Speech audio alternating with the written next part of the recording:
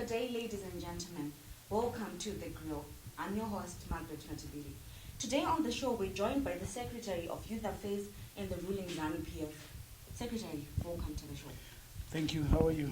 I am okay. Thank you. So, for starters, what is your role as the Chief Whip? I'm the Chief Whip. The general issue about Chief Whips is they build consensus around a position. And my position is I am the Chief Whip of Zanu PF, right? Zanu PF has positions on specific issues. So when Zanu PF takes a position on a certain policy, on a certain position in Parliament, on a certain issue, I ensure that our MPs rally behind that position. I also look at the interest of members of Parliament, all of them now, in terms of their benefits, their interests, their welfare at Parliament. I chair the committee that is responsible for that.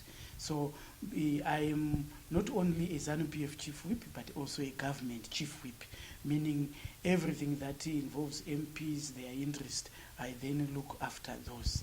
And also liaise with the Speaker of Parliament, the administration of Parliament, ministers on issues that may be of interest to members of Parliament. I then deal with that. Okay. Just for interest's sake, what is the role of the parliamentarian? A parliamentarian is a representative of the people in his constituency. He's a legislator. He speaks on behalf of his people. And also, like I've said, in the lawmaking system, Parliament becomes key. So as a parliamentarian, you should be faced on areas where your people you represent nationally and including your constituents. What do these people want? And you present it to government through Parliament for policies to then be instituted that will then deal with the interest of the people.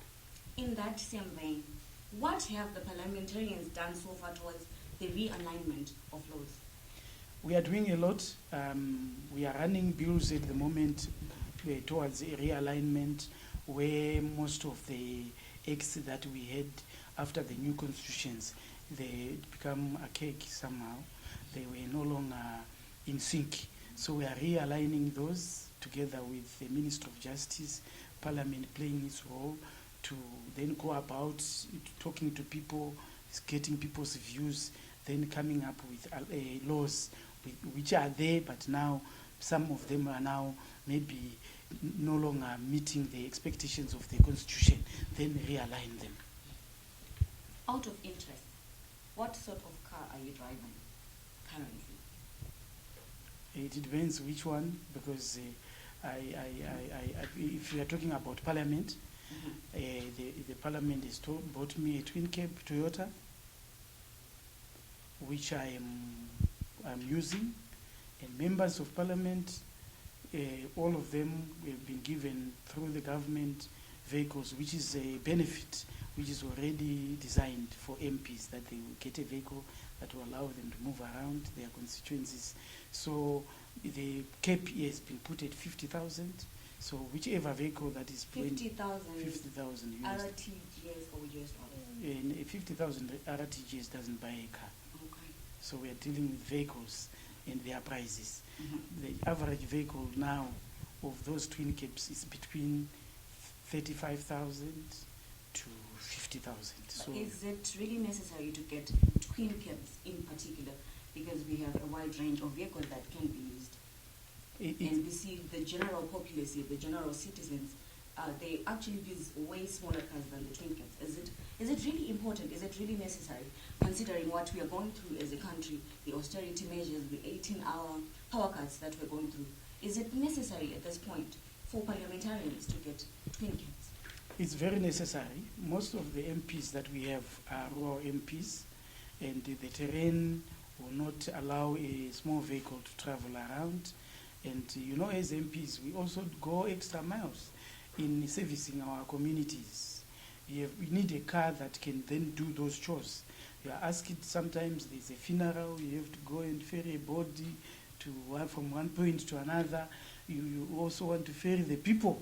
They want to go to hospital, someone is ill. You would want a car that is utility enough, that can take that person to that. So the vehicle is not basically an MP's vehicle, it's more of a constituent's vehicle, because you use it to service and ensure that the people you represent can also have access to that vehicle. So a small vehicle, yes, you can use it and based on what we are talking about, but it will not meet the demands and what the communities expect from their MP. Considering that in these constituencies there are obviously people who also have vehicles that can be used, most of them being smaller, what are the parliamentarians doing in terms of servicing roads so that these smaller vehicles can be used and also open ways for the parliamentarians to be able to buy smaller and cheaper cars? Yeah, you know, MPs, as representatives of the people, they have to scan around their constituencies to see what are the challenges, what are people's wishes, what are some of the difficulties your people are facing, and take them to appropriate institutions. For example, if it is about a clinic that is dilapidated and your people want that clinic upgraded, you take it to the Minister of Health, raise this, government then allocate money to then look after that hospital. If it is a road, you take it to the relevant ministry, talk to the Minister of Roads, talk to them, encourage them that people would want to use this road maybe for their daily travel, or maybe it is because they would want to send their produce to the market and so forth. You go and bid for that. So as an MP, when a budget comes to Parliament, we also look at those areas of interest that our communities would want looked after by a budget.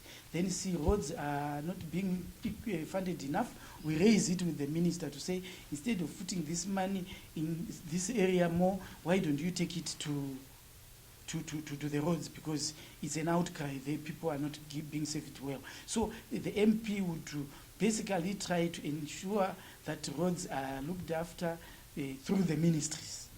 And it is the ministry's, the MP's position as a representative of those people. They can't come, all of them from Good South, for example, to do that. I have to do that on behalf of MP members in my constituency. I go there, ask them, what are the areas that you would want helped? Then I take it to the relevant ministry or authority to have those things done. So there is the issue of community, or should I say constituency development funds that are rolled out. What then would be the use of those funds if we say, for instance, that roads will be serviced by the relevant ministry? Yeah, there are small things that you would see, or small feeder roads that would not normally be serviced by the ministry or council road services. You then look after those. There are small bridges within the communities where you will see that children won't go to school because of that the small stream. You help together, work with the community, construct that small bridge. So it's about those small and immediate needs of the people that you can then use that. There is a school there and they want to do an ECD. Money is delayed maybe from the relevant authority, and the community has done their bricks, prepared to build their own ECD. You bring in that CDF and then construct that, then it serves the interest of immediate and local needs of the community. So let's go back to the issue of vehicle non-facilities. I meant to understand that there are members who have said in the previous parliamentarian sessions. Are these members also getting the same non-facility, considering that in the previous sessions they were also issued with the same facility to cater for vehicle needs in that particular session? Yeah, whenever we have an election and we elect MPs, usually a life of a vehicle is about 5 years. Genuine life, you're looking at depreciation coming from even the manufacturers, even as an accountant, if you can look at it, a car is depreciated to zero after 5 years. So basically we continue to use it with the high costs, with other challenges with that vehicle, maybe polluting the environment and so forth. So after 5 years, the car is as good as finished. So when you start another term, the government is it that members of parliament will get new vehicles so that they have no problems, because an old vehicle is even more expensive to run, especially when an MP after parliament every Thursday, Monday, Friday morning, they travel to their constituents to be with their people, hear their stories. They will then bring those stories back to parliament to debate them. So we need MPs to be going efficiently to those constituencies. So it's all good for MPs to get vehicles every 5 years. Given our current economic predicament, should we also expect that, given that the situation remains as it is, another $50,000 is rolled out for the same MPs who would have met it in Parliament in the next session? Does that make economic sense, given where we are at, where civil servants are barely making ends meet? Maybe when you say sessions, it's not about sessions, it's about a term, a 5-year term. So yes, when we are talking about remaining as it is, I think if you look around, the economy is actually improving. People may not like that statement, but let me tell you that. Go around, see structures that are being erected everywhere, business that is, but changing an economy that had challenges, it will take some time, right? But we are moving in a positive direction.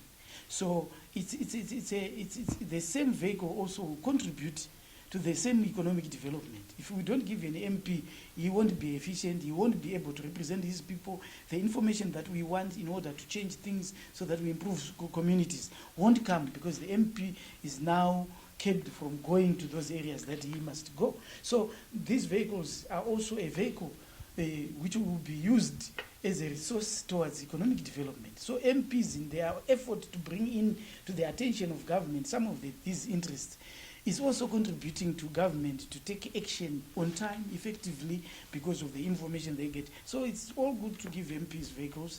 I don't see any problem. And vehicles are not only given to MPs, by the way. Every structure of government gets vehicles. And they are not given on their personal capacity. Those vehicles remain a parliament property until the MP is repaid. And these vehicles are not given for free. That one thing people must know. These vehicles are given as a loan. So these are not dished out to MPs. So does our current crop of parliamentarians have the capacity to repay the $50,000 loan in the space of 5 years? Yes, they pay out of what they get as sitting allowance, out of what they get as allowances for being members of parliament. And we always clamor to government when there is an opportunity. When government has some resources to give out, they can also increase the allowances given to parliamentarians. Yes, it will be tough. $50,000 is a bit high, but we hope with the improvement of the economy, parliamentarians will get enough income that will be able to service those loans. Honorable, I must say, you have really done a good job there, because I think you should see me vouching for a seat in Parliament in the next sitting, because it seems like it is paying, because that much amount, considering what the general citizens are getting paid, it seems like it's a very big shot. So moving on, there has been talk that there are some members of Parliament in the ruling Zanu PF who are making moves to impeach President Emerson Mnangagwa. It is yet to be confirmed if this is true or false. What is your comment to that? Can you shed more light on these allegations? Obviously, people who are trying to do nefarious things or bad things will do it secretly. I am not aware of any, and I believe the Zanu PF parliamentarians are behind the president very strongly. But obviously, here and there you find bad apples. They always come. Politics is like that. But we are on the lookout as Zanu PF. We have our means to check the commitment of our members.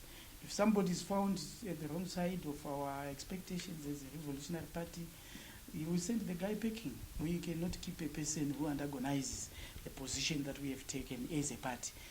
Parliamentarians go to parliament representing Zanu PF members who have sent them to parliament. They don't go there to represent their interest.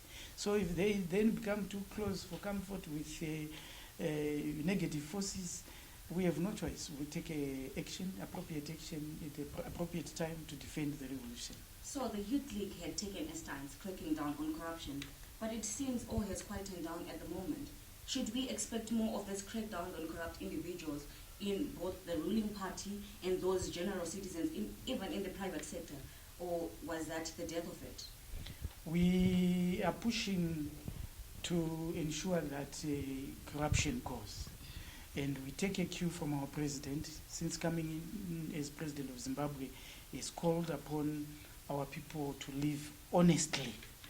So we are not going to tire. We are going to push and ensure that those who are corrupt are exposed. And that people must know. And every day we are in the lookout. We know who are doing corrupt things, and they just have to stop. If they continue doing it, they should know that their day is coming. We are going to expose them. We don't care where you are, what position you occupy, what money you have, what influence you have. For us, it's for a generation. Thank you, Honorable, for joining us. We were joined today by the Zanu PF Secretary for Youth Affairs, Pupurayi Togarepi, who was shedding more light on the US $50,000 vehicle loan facility that was just issued to the parliamentarians, among other issues. For this and other news, visit our YouTube channel, Z Morning Post, our Facebook page, Z Morning Post, our Twitter handle at Z Morning Post 1, and our website, zmorningpost.com. I'm Margaret Matibili signing out.